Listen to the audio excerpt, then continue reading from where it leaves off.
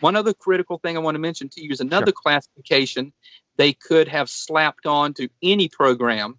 For example, let's say the flux liner. Let's say it existed. I believe it did exist. There's a lot of evidence for it. There's witnesses who saw it. The physics makes sense to me. However, let's just assume that it was real for this conversation.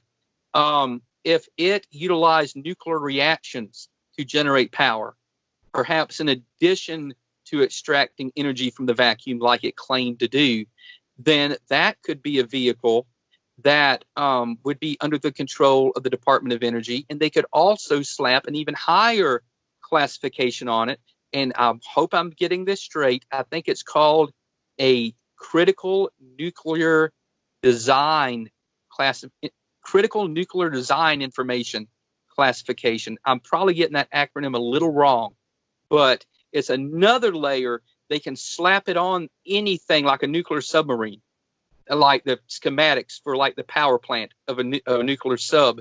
And it's covered by that. And that is like their version of beyond top secret. So there's all kinds of layers of classification they can put on top of these programs and basically just bury them. So let's move on through this. So let's go to page 9.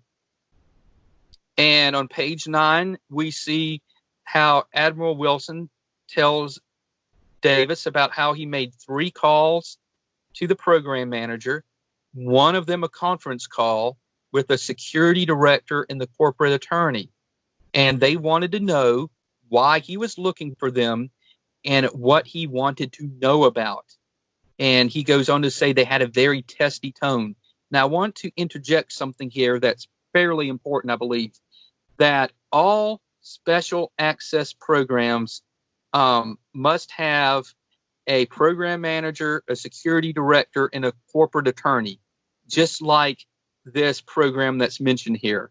The law does get a little tricky over time because it changes, between the 90s and right now.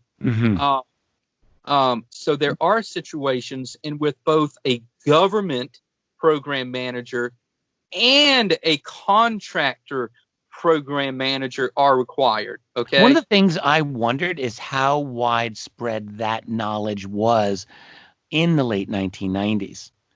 I mean, it seemed to me that that's a bit of, it's certainly 20 plus years ago, that would be very, very arcane, specific knowledge. And so that if this were inserted into a document, again, I'm just looking to speak to people who think, oh, well, this is just a hoax. It turns out to be correct information to have the security director, corporate attorney, and program manager, which Wilson later refers to as the gatekeepers. That's actually standard, and it's not something that I think was widely known or understood even 15 plus years ago. But I mean, we realize that now for those people who've dove into the world of special access programs. But again, I just want to point this out because it just speaks to the authenticity of this particular document. The main objection I have heard in regards to this is the fact that there's an individual who claims that Wilson did not actually go to the government program manager, that he should have went to the government program manager first. But that's really a tiny detail. It's a little nuance. And they only had, Davis and Wilson only had an hour and 20 minutes to talk. And then Davis had to condense down everything he could remember into this document. So there's all kinds. That's true. There could be nuance that did not get conveyed. Yes, it's entirely possible. We have to remember that. Because if it was a requirement back then, and again, I'm not sure when that requirement began, but if it was a requirement for a government program manager as well, it's possible that he didn't answer Thomas Wilson's calls, or it was possible that he couldn't find the contact information for the government program manager, and he could only find the contact information for the contractor program manager. So there's all kinds of possibilities here. try and debunk this document, to try to say, oh, that proves it's a fake. It's just on the tiniest of minutia that's actually irrelevant. They're when you really trying. look at the, Certain individuals are trying to create problems, ignoring the overwhelming evidence in support of this document, and it's really disgusting. And they're doing it for attention. They're doing it for hits. They're doing it to try to attract people to their videos, and it's really shows the depravity of the lack of character of some of the people in the UFO community. Also, to move on, I just want to move on here. We also know that Admiral Wilson wanted to get information about MJ-12 and programs like that. And when he asked them, they didn't give him answers. And I think that's because he hit the nail on the head, and they were not happy that he knew so much.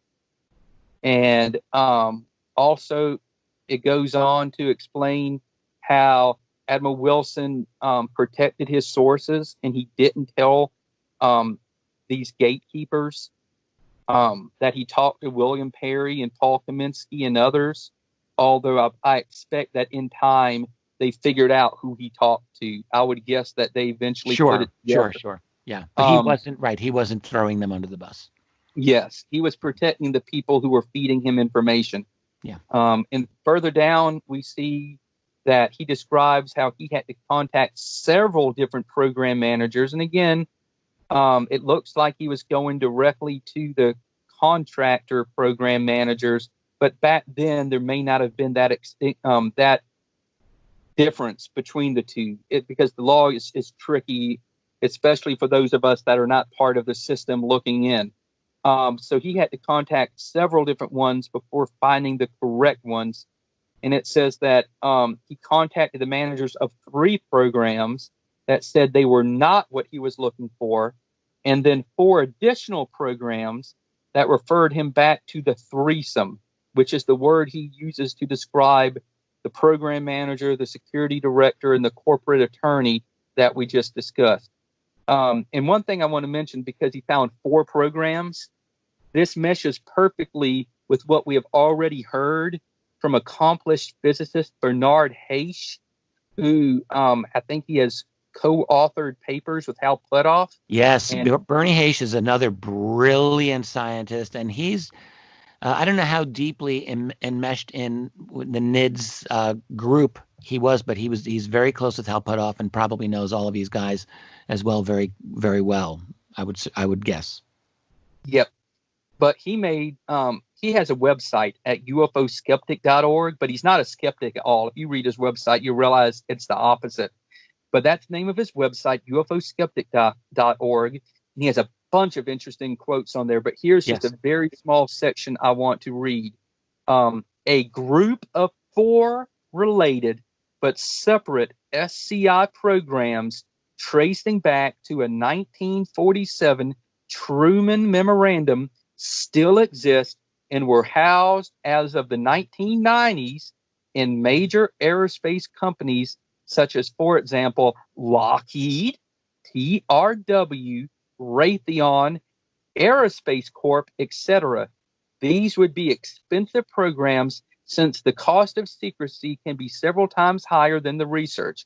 The ATIP program has This is a good find, because he's saying the exact same thing that all of these. And by the way, someone in that group around Davis also told me years ago about the cost of secrecy and how it was many, many times higher than the scientific R&D. So this is obviously something that was very widely discussed among that whole group, and they were clearly impressed by Davis's interview with Wilson in this regard. Yep. This is where they got the information, obviously.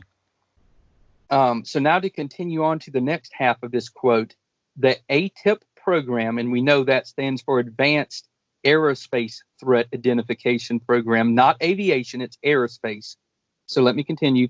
Mm-hmm. The ATIP program has no relation to these 4 much better funded deep black ones. Indeed, The black programs collectively have budgets in the 10 billion range and up. Topics apparently include both reverse engineering and extraterrestrial biology. Now, these 4 programs, I doubt they are the only programs. These are just one set of 4 programs. There are probably many others working on reverse engineering and other aspects of the UFO reality.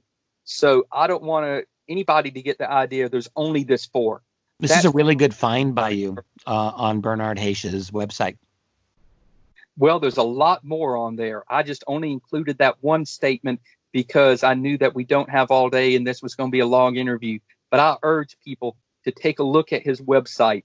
And I would suggest any of the congressmen or senators that might be listening to take a look there and read what he has to say, because he's an accomplished professional scientist, extremely credible, and he has said some amazing things. Yeah. So now, onward to page 10. Wilson describes how the different programs he discovered were in different components, placed in different layers of the compartment pyramid. He claims they were all in the same records group, but their connection to each other was not obvious. He goes on to talk about how the threesome he told the threesome that he wanted a formal briefing and that he was exploiting his regulatory authority as deputy director of the DIA and assistant joint chief of staff J2.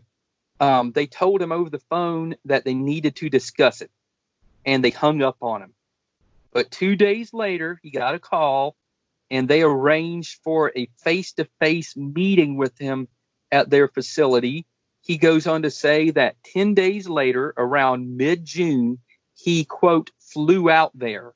Now, we don't know exactly what he means by that or where he went, but most likely it was somewhere in the western portion of the United States.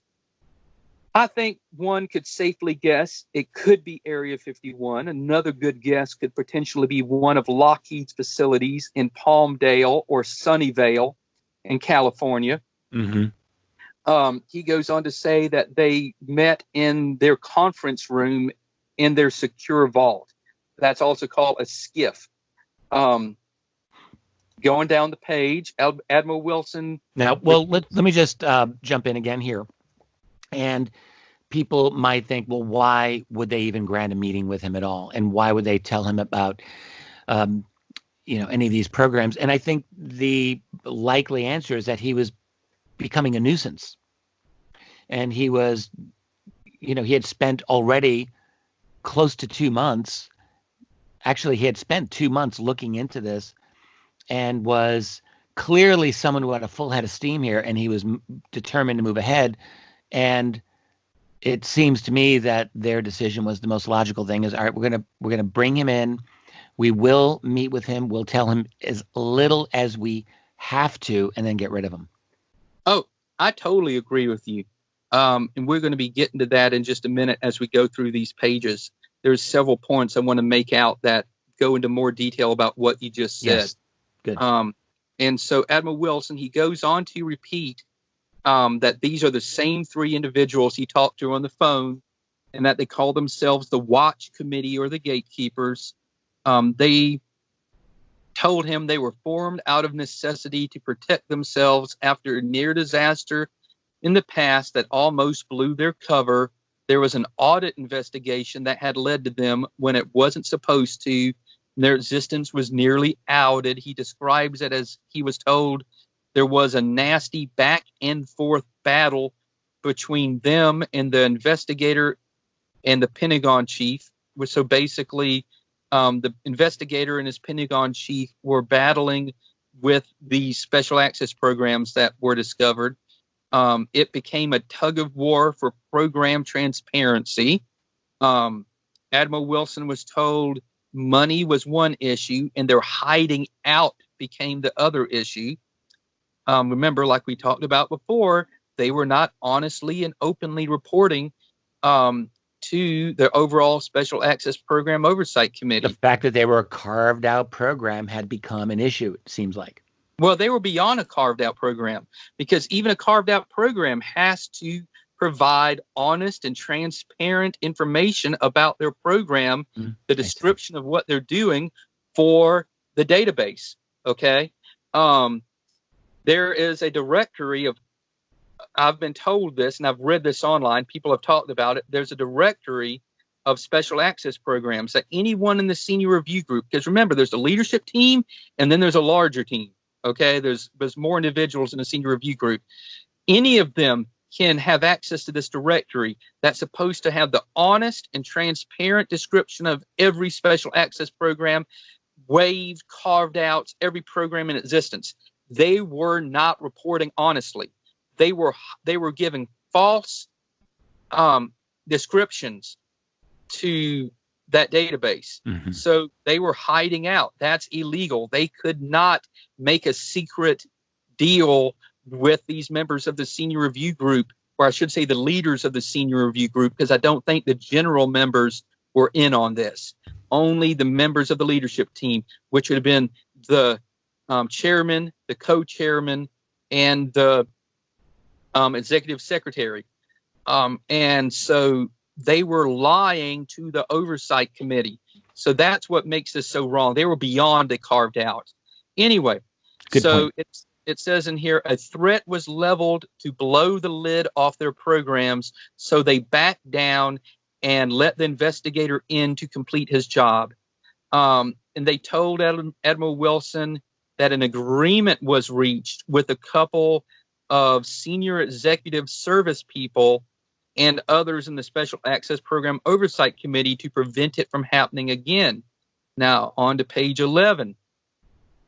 Yep, this page, we read about how there was a special criteria Admiral Wilson was told about for access to these programs that was established in the agreement they made with the senior executive service people in the Special Access Program Oversight Committee. So for anyone to gain access, a special circumstance would have to take place that would meet rigorous access criteria set by the contractor committee. Wilson goes on to say that no United States government personnel are to gain access unless they met the criteria, irregardless of their tickets. The tickets would be your security clearances and position in the government. Eric Davis then asked Wilson what was the criteria, but he claims that when he asked the gatekeepers, they didn't give an answer. Exactly. And he states that the implication is that these programs operate without any official oversight or justification. Let me repeat what he said now in this document. They operate without official oversight or any justification. And then Admiral Wilson goes on to say this is a politically dangerous place to be. So and mentioned that he was mad. He was angry about all of this. Oh, yeah. He was fired up because, remember, he's supposed to be warning the Joint Chiefs of Staff about, any sort of threat against their military, against their country, anywhere around the world. But he's not allowed to tell them about a huge potential threat of multiple ET species zipping around their skies. It's just like if somehow one of these organizations hundreds of years ago, they didn't exist back then, but let's say hypothetically, had covered up the existence of Russia. Okay. And we just were completely ignorant Russia existed. Okay. He would be mad if he had discovered there was a country named Russia that had, that could be a potential threat. So he had a reason to be upset with them because very good point. Very good point. So he felt that he was not doing his full duty for the Joint Chiefs unless he could inform them about this topic, because they had a need to know. Anyway, to go on in this page, he makes it very clear that the purpose of the meeting in their secure vault was not to grant him access to the program, but they wanted an accounting of the conversations he had with various people about their existence, about these programs, because that's what they were concerned about. They had already made the decision not to give him access. They were not about to. This was a information-seeking meeting because they wanted to know who he talked to, because they're worried that other people might be going to take the information he has to try and locate them. Exactly. How did you learn about us? Exactly. This is the key. We're not here to talk to you about anything else, but we want to know how you learned about us. Yep, exactly. And at the end of page 11 and moving on to page 12, he mentions how they told him his tickets, which was his security clearance, his top secret SCI clearances, were confirmed invalid, but since he wasn't on their bigot list, they wouldn't let him have access. By the way, bigot is an odd word for people to encounter. It's mentioned in this document, and as you mentioned earlier, it's the list of people who are authorized to, who are part of the program. It stands for British Invasion of German Occupied Territory, and it comes from the Second World War. And it was simply a term that was created at that time that then over time became used as a shorthand. It's all in caps, BIGOT, for kind of like shorthand to describe who's in and who's not in the program. That's all it means. So Wilson wanted to be on it. He wasn't on the bigot list, was not going to be on the bigot list. And so please continue, because they end up having a whole conversation about this. Oh, yeah. He had a big conversation with them about this.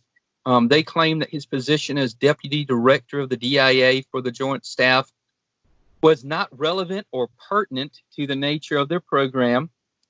And he mentions the bigot list that you just mentioned that he was shown, which was dated 1990 and updated in 1993. Mm-hmm. It was mostly names of civilians, scientists, engineers, technicians.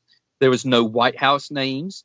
The president was not on there. No congressional people, no congressional staffers, no one from the Clinton administration, no one from the Bush senior administration.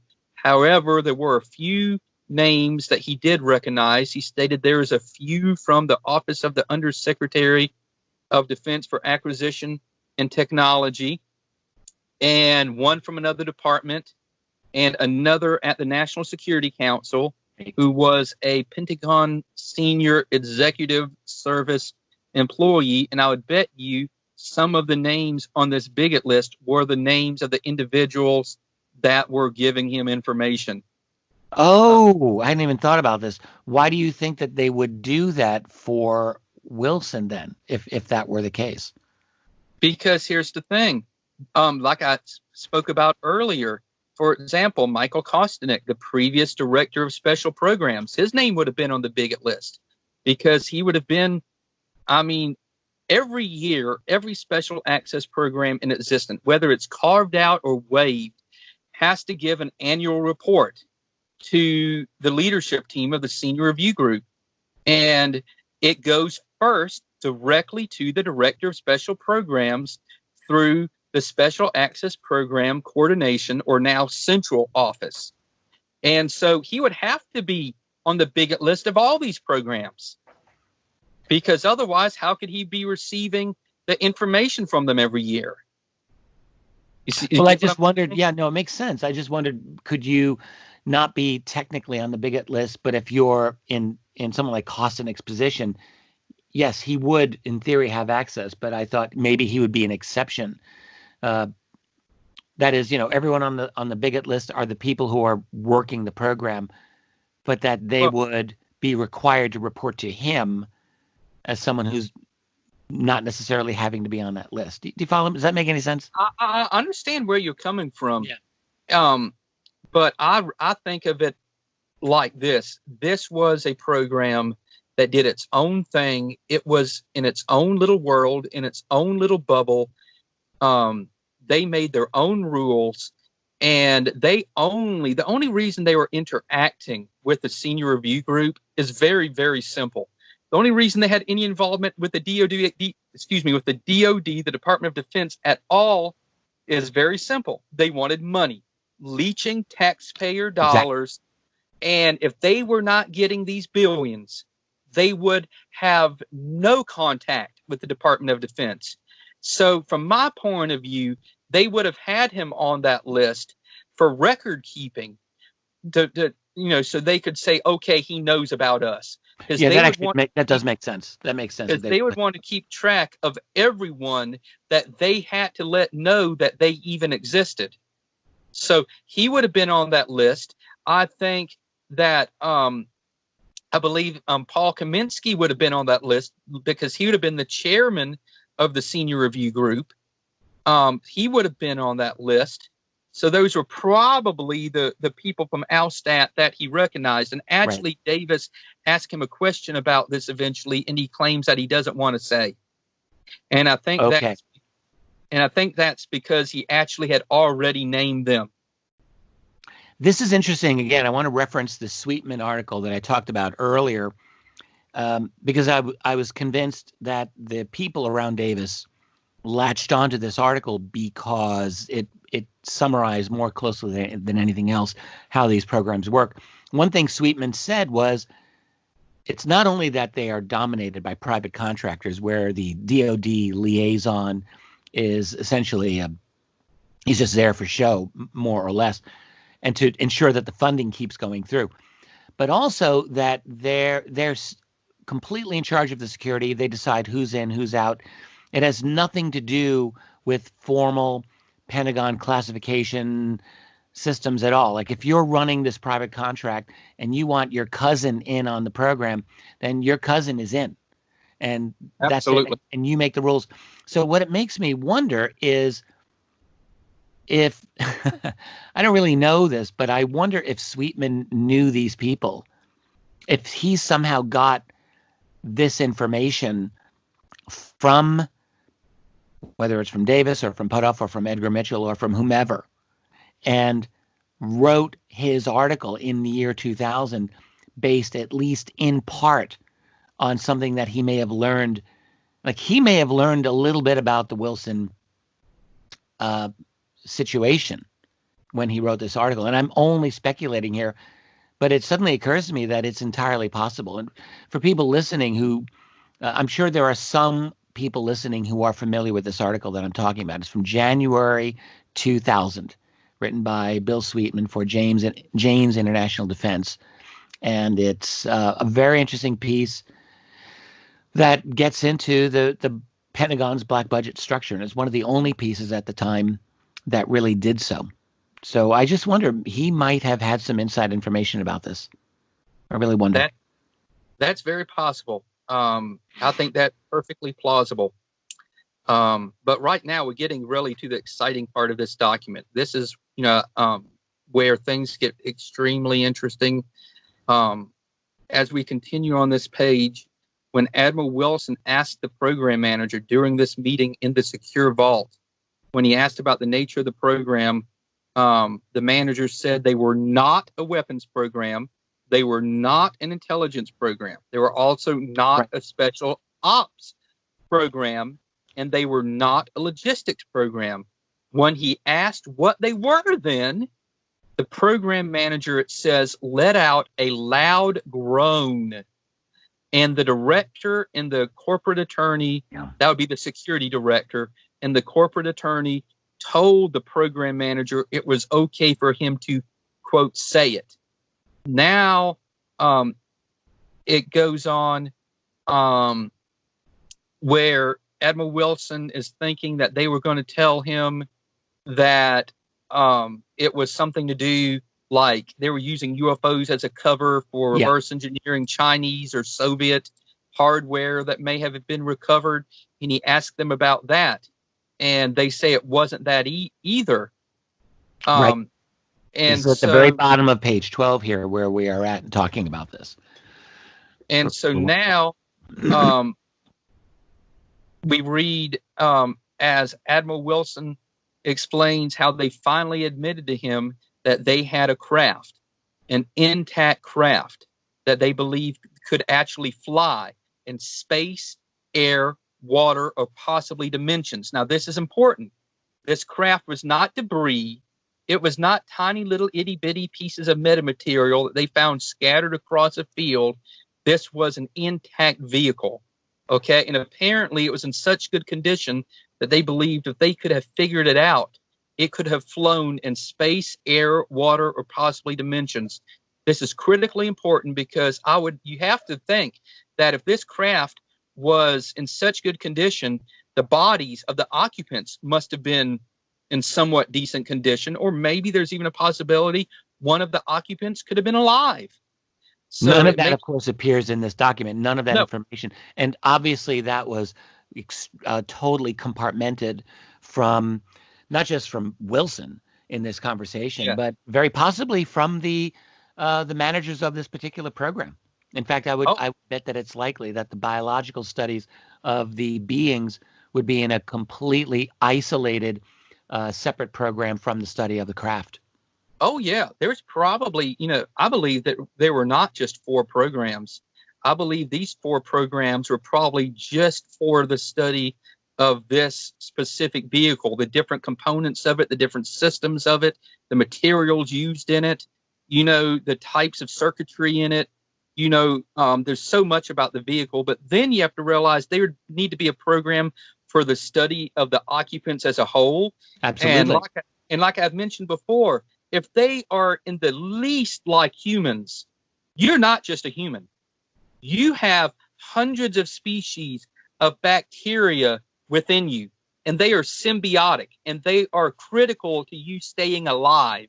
Okay? Mm-hmm. So these beings could have potentially, if they carried bacteria in their bodies, if they carried viruses in their bodies, you and me both right now, we don't like to think about it, but we have parasites.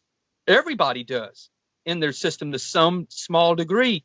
They could have had hundreds of species of organisms within them, and they would need to be studied, programs for studying all that. Well, I want to add something here. You have to forgive me, but Dr. Bob Wood, who is another individual, Bob's still around, and I correspond with him from time to time. I published a book by Bob, and he's one of these people. He knows everyone in this crowd that we're talking about here. He wrote a book called Alien Viruses, and it's his attempt to dive into the, I guess, admittedly controversial, majestic documents that he and his son Ryan have gone into, and they are quite convinced are legit and are real. And I happen to think that he's got a very good argument for that, by the way. That's a whole other discussion. But the point is that Bob is very, very engaged in exactly this question that you are raising. And it just leads me to think that I strongly suspect he did not get into this in isolation from other people that he knew, like Eric Davis, like Hal Puthoff, like Kit Green, and the others whom he all knows very well.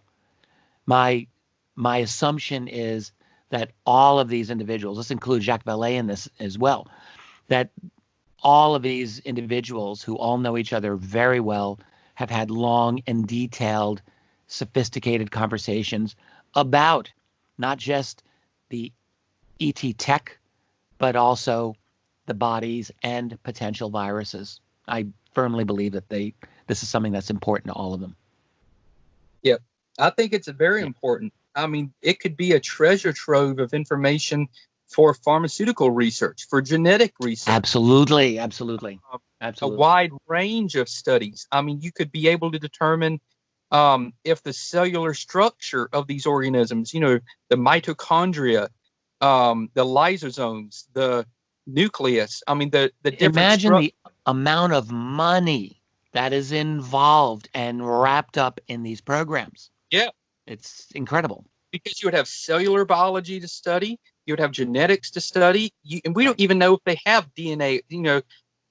They might have a different number of chromosomes, or they might not even have individual chromosomes. There's so much information you would have to study, and there would be a need for billions of dollars in funding to really do all of this justice. And yes. What's so bad is there could be implications for human health in all this, but the civilian world would never get access to it. But But anyway, to move on before we get too far off track, because I could talk all day about my opinions on stuff like that. Well, it looks like we are doing exactly that, Mr. X. So, Okay. it's funny. I started this thinking, well, we're going to try to be a concise 1 hour. And I very quickly threw up my hands and said, you know what, we're just going to go exactly opposite. We're doing the deepest of deep dives into this.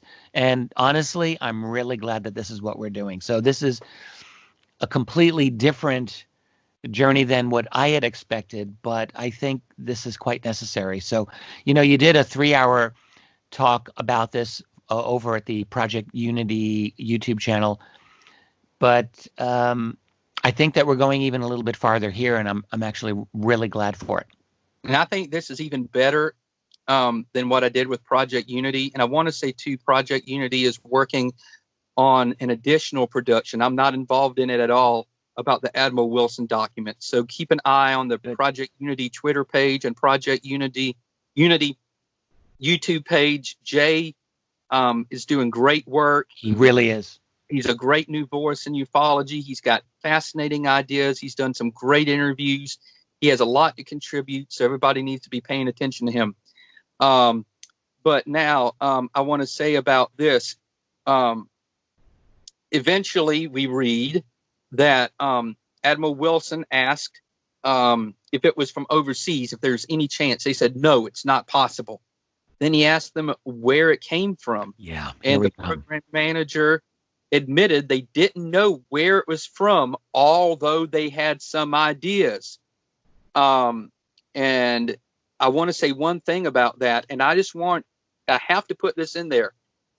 Look at computer technology today. We can store gigabytes, hundreds of gigabytes of data on something the size of a nickel.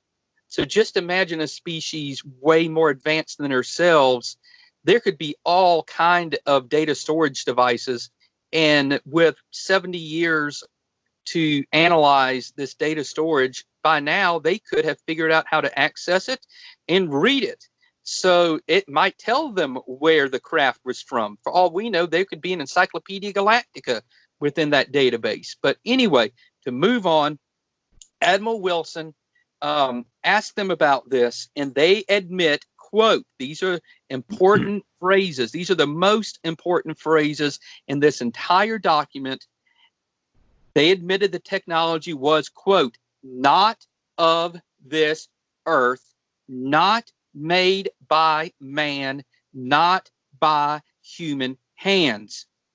These phrases are critical because it proves they were studying something truly out of this world and not any human built piece of technology. No, it wasn't like these stupid theories about, oh, Roswell was children with progeria launched from Russia to terrify the American people. No, it wasn't some crazy run amok government program that created this hardware. It was truly not of this world. It was extraterrestrial. And it wasn't something like some of these theorists come up with to try to make an excuse as to why this was not a real extraterrestrial vehicle. No, this was extraterrestrial. There's no way around it. There's no wiggle room. They had something not made by human hands.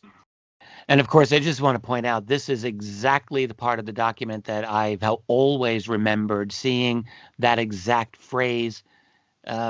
It always stuck with me. And it's something that I mentioned quite frequently in a variety of lectures over the years after I saw that in 2006. So I'll never forget the feeling that I had of seeing this page again in 2019 after all these years of remembering it and now actually getting to have it again for myself this time. So, yeah, I'm really glad that we've gotten to this part, and I want you to keep going here now. Oh, yeah, and I'm going to keep going, and I want to repeat this one more time for anybody important which may be listening to this. Not of this earth, not made by man, not by human hands. We need to stress here that these special access programs have something 1,000 times better than a video of an unknown object flying in the sky. It's way Yes. better than any gun camera footage from any F-18. Okay, it's better than any radar data. It's better than any data acquired by a satellite tracking system. This is an actual craft that represents a treasure trove of information, and this needs to be transferred out of the hands of the black world into the white world, and the reality of this needs to be officially admitted. And Congress and the Senate need to get on this now while these witnesses are still alive, before they die of old age, or unfortunately, there's the possibility with coronavirus, they could die of this outbreak, this epidemic that's going around the world. So they need to act now. But to move on about this document before I get too fired up, I want to say that it's pretty obvious to me that Admiral Wilson, it was the victim of what's called a limited hangout, because as you read on, they give this sob story saying that they were having very little or no success, and that they had been working for years and years with very slow progress, and that they were experiencing a lack of collaboration to get help from the, quote, outside community of experts, and it was a tough environment to work in. And this is, in my opinion, disinformation they were planting in his mind to convince him that they had never succeeded in reverse engineering the technology. Because, again, if they had admitted to him, yes, we figured this out, and we have a flux liner, or we have a TR-3B, or we have even some type of drone that we built, okay, even if they didn't put a human in it yet. Let's say it was some type of drone, and I think they actually have piloted vehicles they have reverse engineered. But he would have never let it go. He would have gone straight to the Pentagon and told the Joint Chiefs, our military needs this technology now. The official military, not these special. I wondered the same thing, and I think that I agree with you, although there is an argument to be made that they actually did have, as I said, painfully slow progress. But it's quite possible that they were lying about this, which would lead someone to say, well, why maybe they were lying about everything else, including the whole ET part of it. My feeling is that they threw him that much of a bone, basically to shut him up. Again, because he had been such, he'd made himself into such a nuisance that we really don't know, because all we have here is what Wilson told Davis back in 2002. But I don't think it's unreasonable to think that the ET part that they told him was true. The fact that it was an intact craft was true, because those are kind of incredible things. But then they're telling him, yeah, but we haven't really made any progress on this, or not much, which actually flies directly in the face of a long list of testimony going over the many decades to the contrary, that we actually have had some decent success. But the only reason that that also might be true, that they haven't had much success, is because of the infamous stovepiping. In other words, maybe their program, I just theorize it could be possible if they've only had between 400 and 800 people, that's what they mention here on their list, that, the need for security might have overweighed the ability to get any kind of progress on this and collaboration. And I just think it seems that would be possible. But again, someone, in my view, has made some progress on this, because we do have the ARV story, for example, and that is almost certainly a Lockheed situation there from 1988. And if it's true that this is a Lockheed group here, one would think that they've made a lot more progress than what they're telling Wilson. So it seems to me that they threw him a bone, and that's all that they gave. And everything else, I think I agree with you that they were just disinforming him at this point. Well, the two things I want to point out here in response to that is, number one, another way to view this could be that they are lying by omission, in that these four programs could be tasked with a certain craft or a certain number of vehicles that they were still trying to figure out, while other vehicles that were obtained, other groups, other special access programs could have figured them out. Now, Right. I want to mention something very, very important here. You're familiar with Gordon Neville. Yes, indeed. I knew Gordon. He's a very kind of a controversial figure, but he was very big into the UFO scene for a little while. He was investigating the Fluxliner ARV. He was very loosely working in collaboration with Mark McCandlish, with Hal Puthoff, and Burt Rutan, and several other people. And there's a statement in a book of his, okay, that's online. I don't remember the title right off the top of my head, but it's a book written by him. It's online. And in this book, he mentioned something about Richard D'Amato, or Dick D'Amato, as a lot of people knew him. Yes. And in the book, he uses the pseudonym Richard Cash, I believe. He uses a pseudonym, but I figured out it's very obvious once you look at it that he means Richard D'Amato. So he mentions in here, and again, this is just according to Gordon Neville.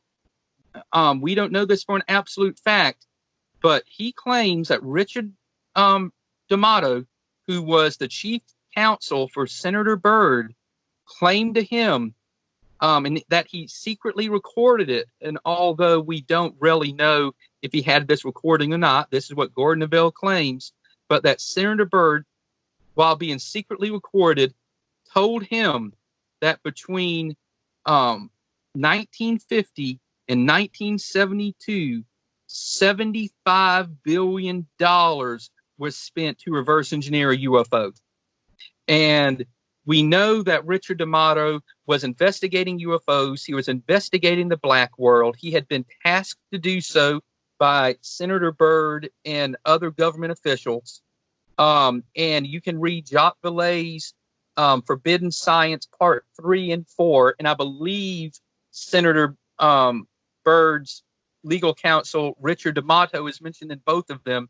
And Richard D'Amato interacts with people like Hal Puthoff and Kit Green and Jacques Vallée and others in these books.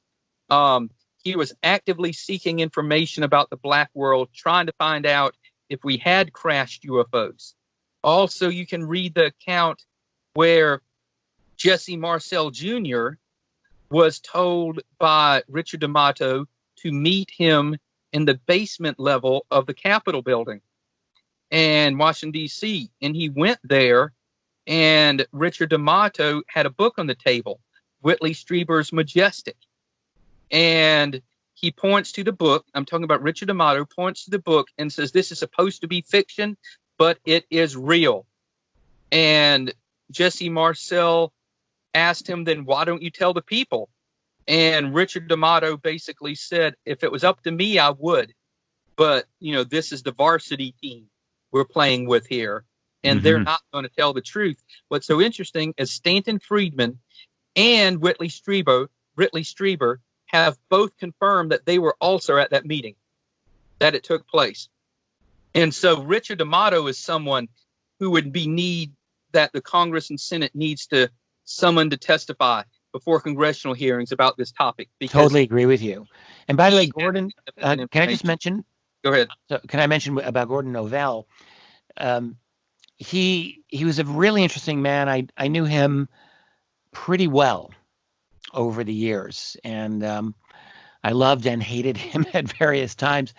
But ultimately, I respected Gordon a lot. His mission in the last years of his life, as he always would say, it was to create his own company to reverse engineer the ARV, that is the alien reproduction vehicle. So in other words, his attitude was, and he used colorful language about this all the time, which I'll avoid here, but he said those people over in Area 51 and S4, they're guarding money there. That's what this is. This is all about money, and we're going to unlock their secrets, and we're going to make the money. We're going to white world, as he used to put it, the black world technology. And I'm almost certain he's one of the few people who actually directly interviewed Brad Sorensen about the ARV, and he knew a lot of people who really were in that whole community of movers and shakers. His science, he wasn't a professional scientist, but he had a good grasp of a lot of the principles that were involved, and had a remarkable ability, I guess you could say, of trying to round up a team to do work with him when he had really no money, no resources, no nothing. But he was able to get people to at least attempt to work with him on the program. I was never really a team member of Gordon's attempts here, but he actually convinced Jim Mars and myself for a brief period of time to try to do some writing of his RAM project. That was the reverse engineering of the ARV that he would use to present to people to get backing and funding and so forth. And so I actually knew a lot about Gordon Novell for a while. He was really an intense guy, and at times, like, he had a manic personality. There were lovable things about him, and there were just impossible things about him. But what he said about Dick D'Amato, I firmly believe he was telling the truth.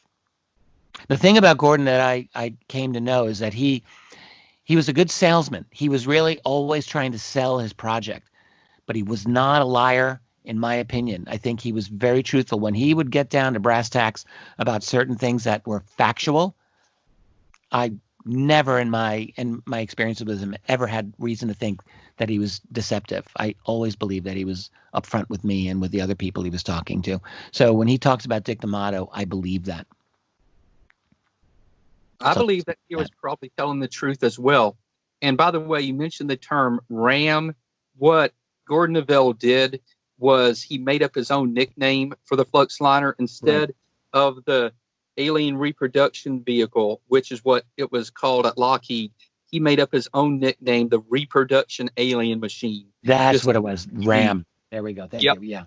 And so some of his writings are still online. There's interviews with him, so people can go up and look at it. But like I was saying, I think Richard D'Amato needs to be summoned to testify before Congress about all these issues. And again, he's a very elderly gentleman.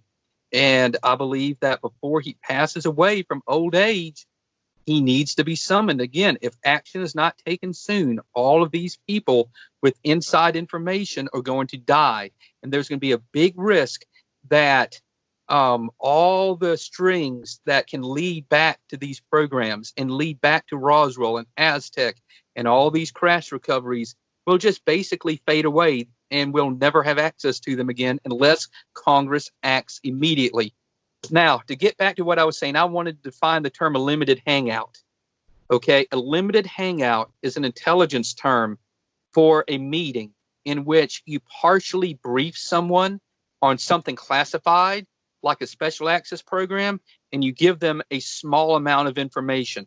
But in reality, you are both entrapping them due to the fact that they can never talk about the meeting or the classified material because you probably have them sign a stack of documents in some cases beforehand, and you purposely give them false information. And I think this is exactly what happened with Admiral Wilson, and it might be what happened with Eric Davis, because it seems like they were both told that there was no success with reverse engineering. And I think just like what Gordon Novell, what you just mentioned, that he said they're hiding money. Right. I believe that's why, because the crown jewel, the absolute biggest secret they're trying to hide is the fact that these technologies that can manipulate apparent mass, manipulate inertia, manipulate gravity, control the flow rate of time, that these machines can be built, that humanity can engineer these forces, that it's not really as complicated as some people would like for us to believe, that it's real and they've already mastered it. Because if that information got out, these corporations like Lockheed would have 100 different competitors overnight, because every little country on this planet, from Belgium to Zimbabwe to Madagascar to New Zealand, would have their own anti-gravity vehicle program. And a company like Lockheed would lose their virtual monopoly. They're not exactly a monopoly. That's not fair. But they are very powerful. They are very established. And right now, they don't have to worry about a huge number of competitors. However, if this information got out, in no time flat, a little country like New Zealand could build anti-gravity vehicles that could go to Mars and back in a few days. I mean, for goodness sakes, the Tic Tac that was recorded off the coast of California over the Nimitz carrier group, in the most conservative estimates, accelerated at speeds of 200 Gs, of 200 gravities. It only, at a constant acceleration, all you need to go to Mars in less than a week is 1 G of acceleration to go to Mars and back. And so we don't need quite the performance of the Tic Tac to completely revolutionize space flight and atmospheric flight. And the powers that be know this. So they are hiding the fact that extraterrestrials are visiting Earth. That's a secondary consideration to them. That's another secret. The primary reason they want to keep this confidential is they are very happy raking in billions of dollars every year by selling ordinary conventional jet fighters to the military and making a fortune annually off of it, regularly and predictably for decades on end. They don't want that to stop. They don't want anything to get in the way of their consistent profits. And I firmly believe that the one secret they do not want to ever get out, even if one day they are forced to admit to crash recoveries, even if one day they admit to Roswell and show a body, they are going to try and deny that they ever had any success with reverse engineering, but it will be a damnable lie. And I hope and pray to God that the congressmen and senators that will be investigating them at that time will see through their lie and push further and get this technology out of these private programs and to the public. I just want to add one thing that actually is quite interesting to what you've just said, which, by the way, I agree with everything that you're saying here. And it reflects back on Gordon Novell, believe it or not, and his thing that he said to me once about Bob Lazar.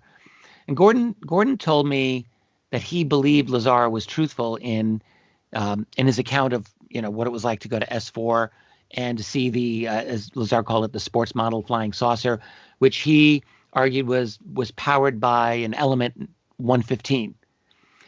Now, Gordon didn't believe that the flying saucers were powered by element 115. He believed that Lazar was victim of a disinformation limited hangout, kind of what you were saying here.